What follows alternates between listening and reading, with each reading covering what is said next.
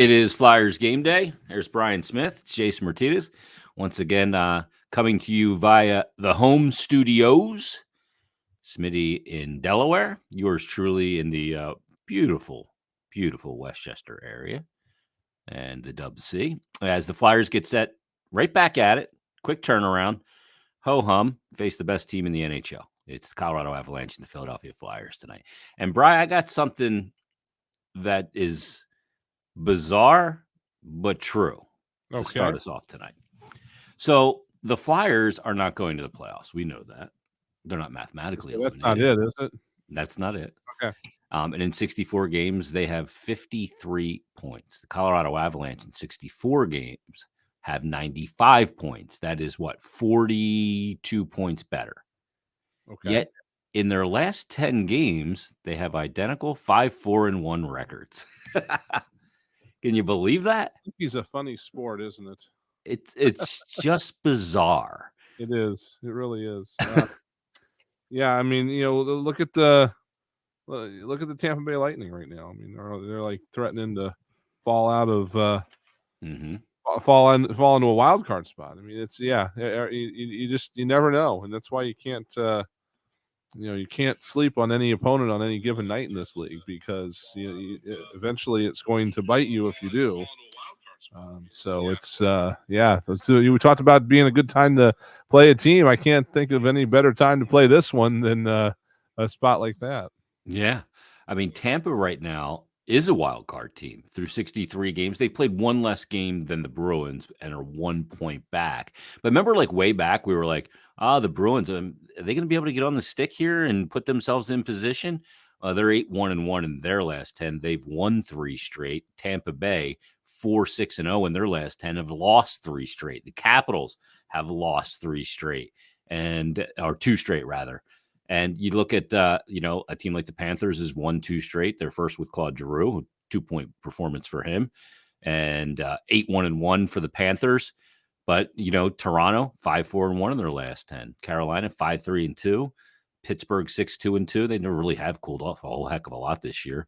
And the Rangers and the 2 wild card teams are Tampa and the Caps all of a sudden. It's pretty wild. Yeah, and when you look at how the season progresses, I mean, if you don't look at the standings for a couple of weeks, and then this has been a season where Flyers fans maybe aren't looking at the standings all that much. It used to be that you're looking at it daily when you're in the race and all that. But as of right now, there's not a whole lot to be happy about when you look at it, so you don't look at it a ton. But all of a sudden, you see, Pittsburgh sitting there 5th overall in the league, 88 points. They are, only 4 back of the Florida Panthers in the East right now. After the year that they have had, 21-7-5 on the road are the Penguins. They're better on the road than they are at home this year. That's crazy. It is kind of funny to hear anecdotally, how bad things are in Toronto, and then pop over there and you see them at 85 points right in the middle of it. I don't know. I feel like if that city ever won the Stanley Cup, they'd be like, "Well, finally, great, good job, guys. Now what are you gonna do?" Look, they would complain, the cup's not shiny enough. Yeah, we'll find something to complain about. Right? So, there's a scratch on the cup. Just, here's some silver polish. Shut up.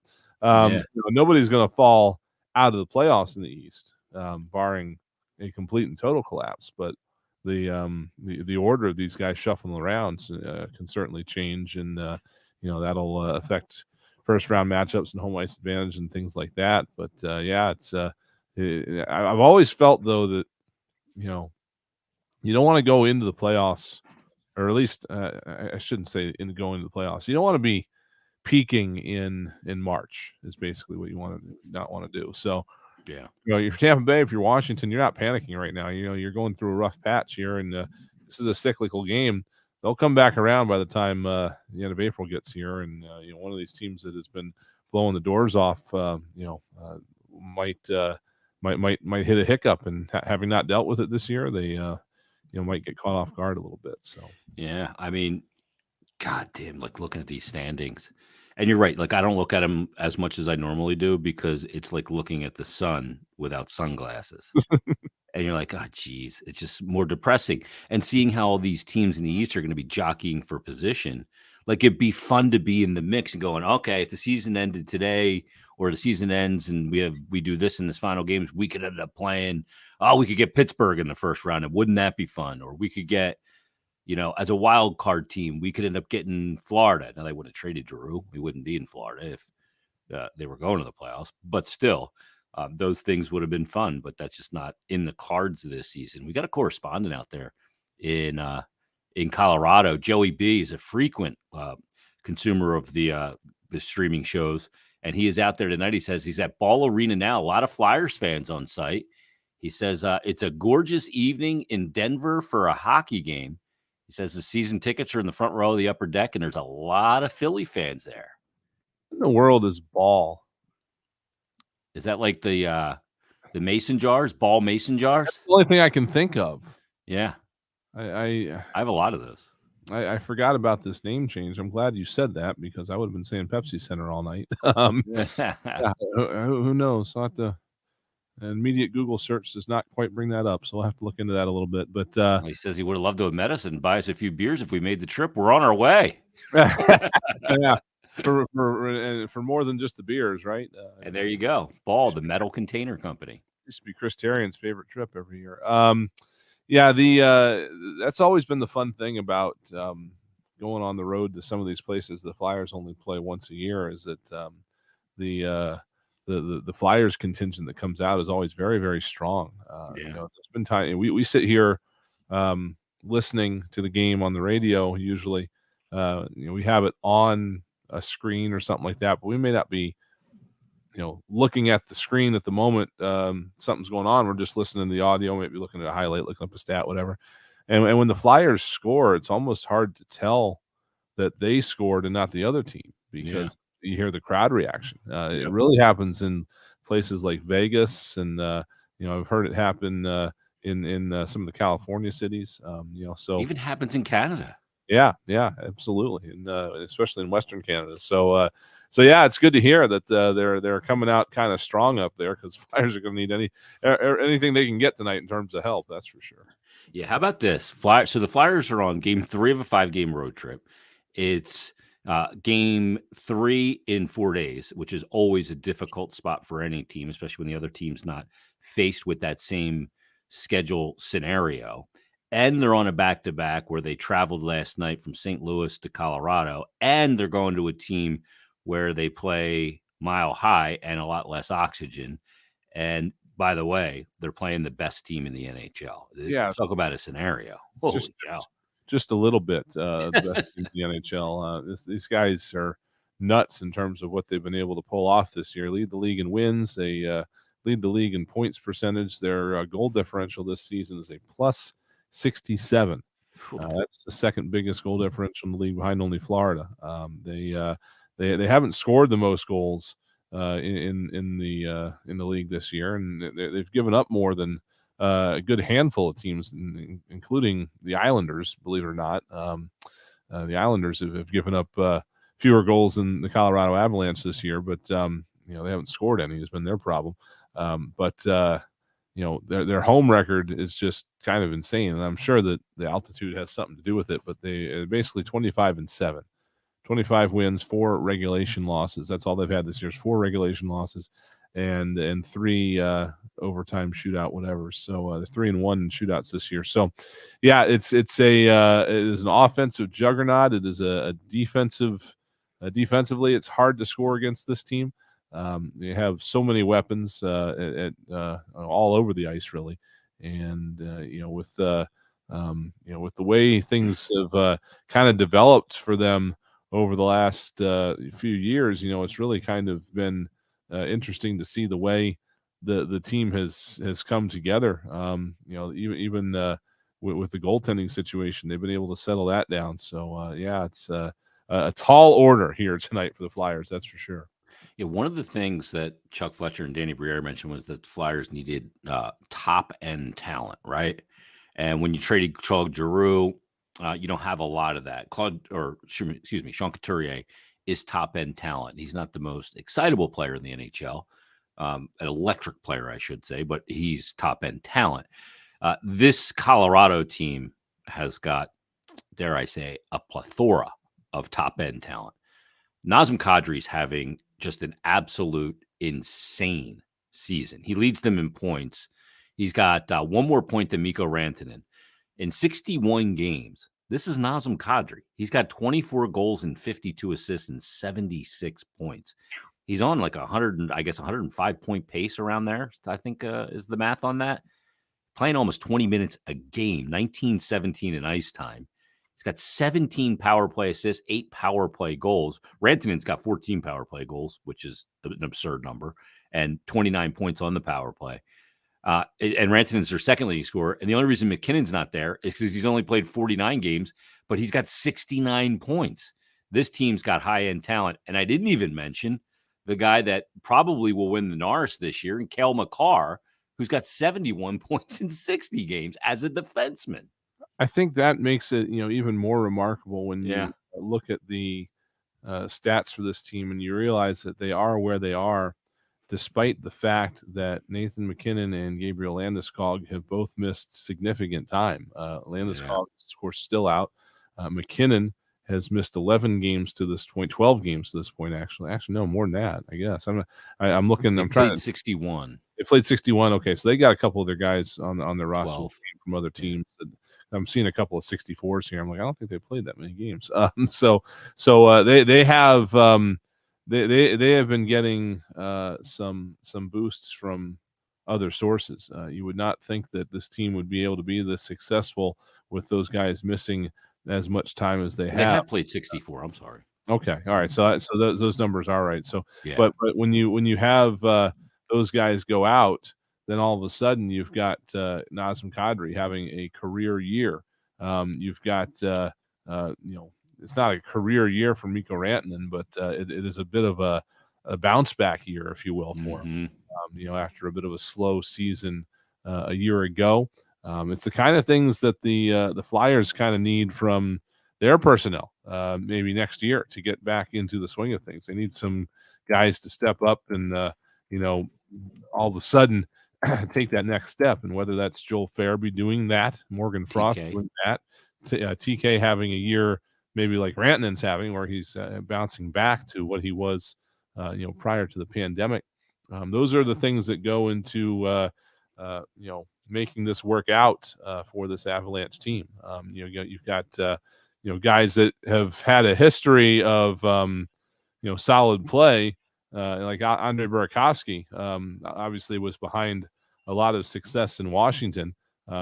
He's traded to Colorado, or ends up in Colorado. I forget how he got here, but ends up there, and all of a sudden he's got more points 3 consecutive years than they ever had in Washington. It's things like that are part of what enables Joe Sakic to build a team like this. Yeah, I mean, you're right. I mean, Kadri, Rantanen, Makar, McKinnon, Landeskog, who you mentioned, has only played 51 games. He's got 30 goals and a shooting percentage of 20%.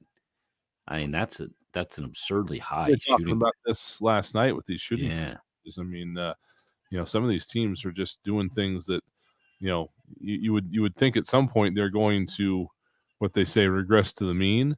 But we're 64 games into the season. This is about it, and they've got scoring one of every 5 shots. They've got 11 guys. Well, let me knock out 2 guys here: Kiefer Sherwood and Bowen Byrom. They played 11 and 18 games respectively, but they have 9 players who have played at least 45 games that have double-digit shooting percentages. Yeah, I mean that is offense coming from all angles. And one of those players, by the way, is Nicholas Aube-Kubel.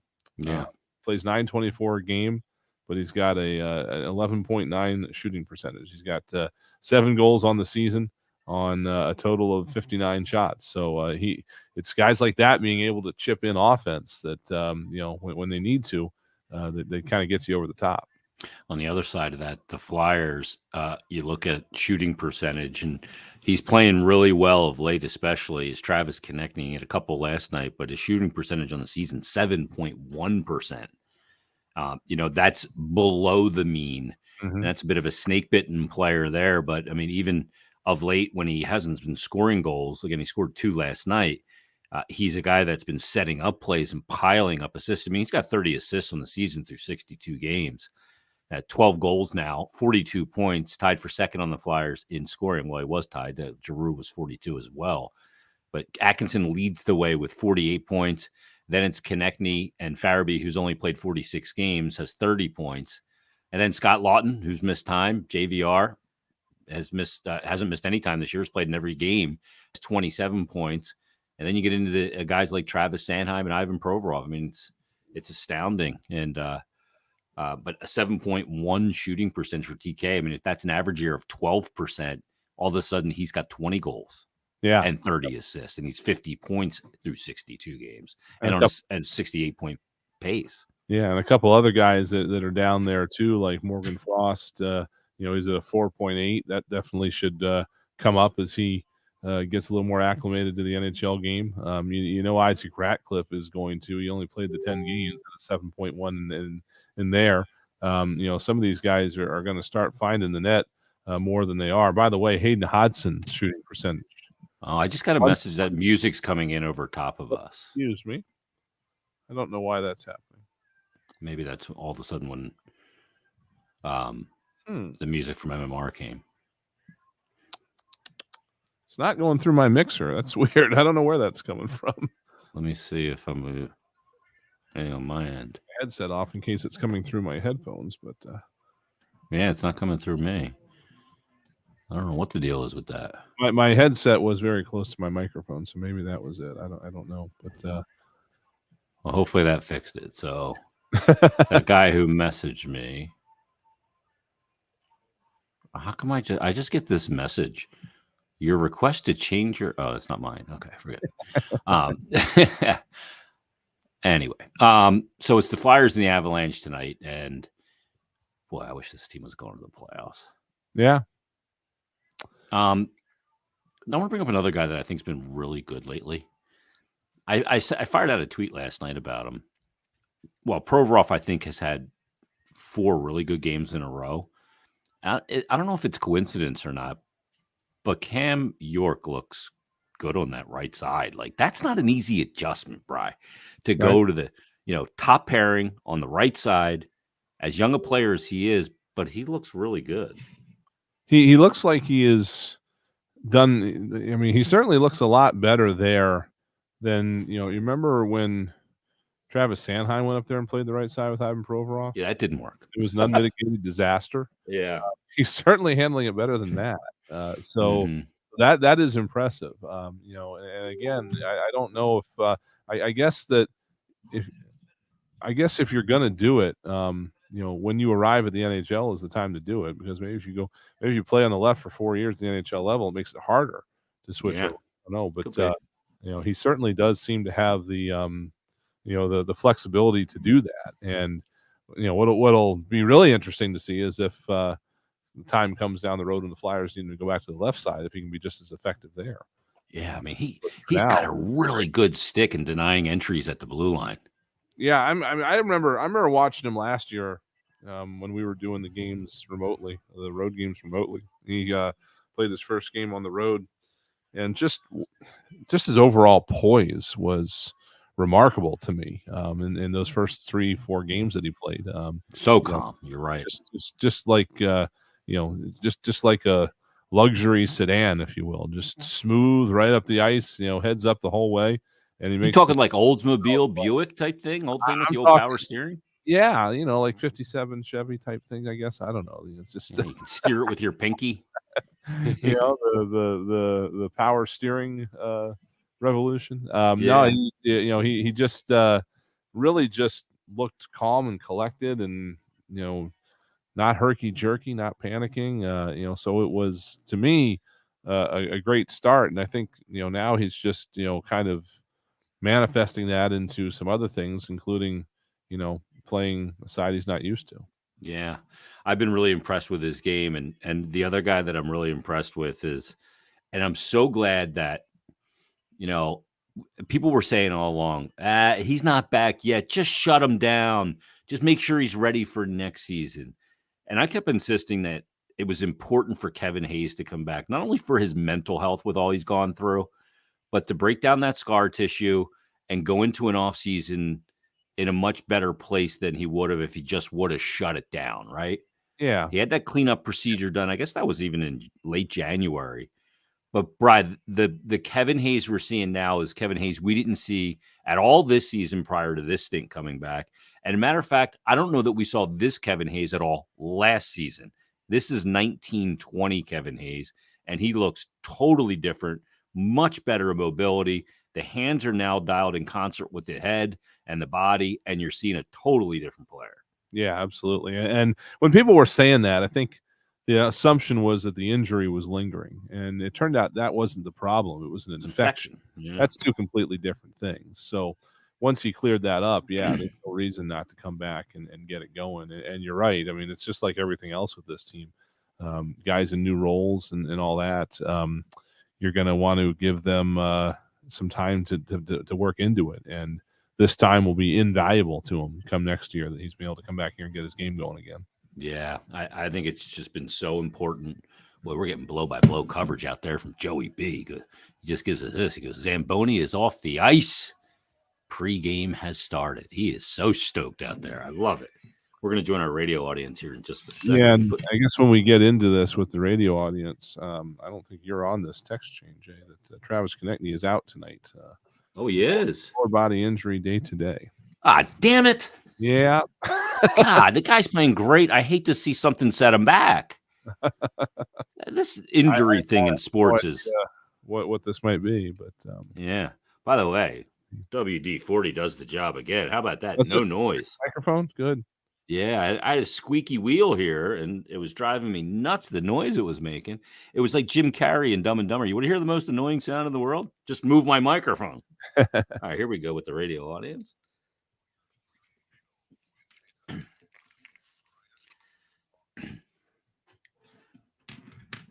That's right. It is Flyers game day. Brian Smith, Jason Martinez, Flyers. Quick turnaround, right back at it against the best team in the league. 3 games in 4 days, back-to-back, traveling to the Mile High City. Oxygen in the air is thin, but no problem. Flyers, huge run underdog tonight, but who knows? And they're going to be without a guy that was really important to them last night, Bri. No TK tonight, no Travis Konechny. Yeah, but they're going to replace him with Hayden Hodgson, though, so we're good there after that debut. My goodness. Yeah, we had a little bit of a curveball that Mike Yo talked to the media a little bit. They said, or a little bit ago, he said that they were, I don't know how he put it, dealing with something up front, I think is what he said, that he couldn't really talk about at that point. But this ends up being it. Oscar Lindblom was going to come back in all along. He's all right. He's good to go. So Hayden Hodgson probably would have slotted out, but now TK is out day to day with a lower body injury. So it will be Hayden Hodgson back in there again, and plays like he did last night. I'm not feeling quite so bad about it. if he hadn't done that. So. Yeah, I mean, he ends up getting the starter jacket last night from the team. 2-point performance in his NHL debut, a goal and an assist. He picked up the 4th goal for the Flyers. TK, though, had the first goal and the 3rd goal, and the 3rd one turned out to be the game winners. The Flyers won 5-2. And what they did last night was they ended that losing skid on the road and got their first road win of the calendar year 2022. We're hoping there's a ton more road victories in 2022, and I don't even care if any of them happen the remainder of this season, because I want them to happen from October next year up until December 31st when they're playing for something again. But that being said, getting out the schneid last night is a big thing just from a mental standpoint. Yeah, absolutely. And again, it was a little misleading just from the standpoint that the Flyers had that 8-game homestand in the middle of all of it. They played 13 of 16 at home, during that run. So, the fact that they had that long road losing streak, it wasn't quite as obvious as it would have been if they'd been playing, every other game on the road or anything like that. But, eventually you do start to kind of say, hey, this is kind of silly. We need to get this done. So it was great that they got that monkey off their back a little bit. They don't have to worry about it anymore. They've had to do that a couple of times, unfortunately, this year with some of those winless streaks. So, that lets them maybe play a little bit more freely, and it gives you a little bit of a better mental state, I think, going into this game tonight, which already has so many things going against you for so many other reasons. Yeah, not to mention, the least of which to mention, rather, is the opponent.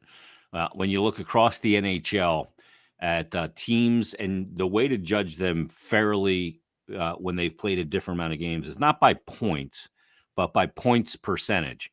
And no team in the NHL has a higher points percentage than the opponent tonight. They don't score the most goals. They don't give up the least amount of goals, but they have the highest points percentage at 742. The second place Florida Panthers, who do score the most goals, have a 730 points percentage. That tells you just how good this Colorado team is. 45, 14, and 5 on the season, and they are darn good at home. Yeah, it's been almost impossible to get by them at the former Pepsi Center, now known as the Ball Arena. Is it Arena or Ball Center? Arena? Yeah. Ball Center sounds weird. So Ball Arena is what it is now. They've only lost joke here. 4 times in regulation there all season, 7 times overall. They've lost a few shootouts and overtime situations there, but it has been very difficult to get by Colorado on their home ice this year, just under normal circumstances, not even what the Flyers are facing tonight. So it definitely is an uphill battle, but this is a team that's going to keep putting its head down and finding ways to try to get things done. One of the names that's been mentioned as a potential target for the Flyers this offseason is Nasam Cadre. He is careering it and doing so at the right time. In 61 games played, 24 goals, 52 assists, 76 points. He leads the way for the Colorado Avalanche. He'll be an unrestricted free agent, but he will be 32 at the very beginning of next season. His birthday is on the 6th of October. That's around when the season starts. He's 31 now. He's a player that's having a great year and is going to get paid, but he's not necessarily a guy I want the Flyers to pay. You have to sit back and look at the grand scheme of things with him and ask yourself, okay, are these points because of something he's doing or because of who he's playing with, how he's being used? He's never had numbers quite this good in his career. Most of the time in Toronto, they were decent. But he never had more than 61 points in a season there.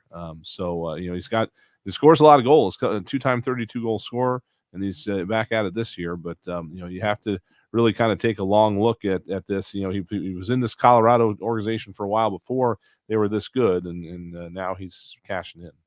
Yeah, and at the right time. Stay tuned, though. Tim Saunders, Steve Coates, they're in the Mile High City. They've got the countdown to face-off and all the first period action between the Flyers and the Avs right after this. You've been listening to Flyers Game Day on the BetRivers.com Flyers Broadcast Network. Enjoy your hockey, everybody. All right.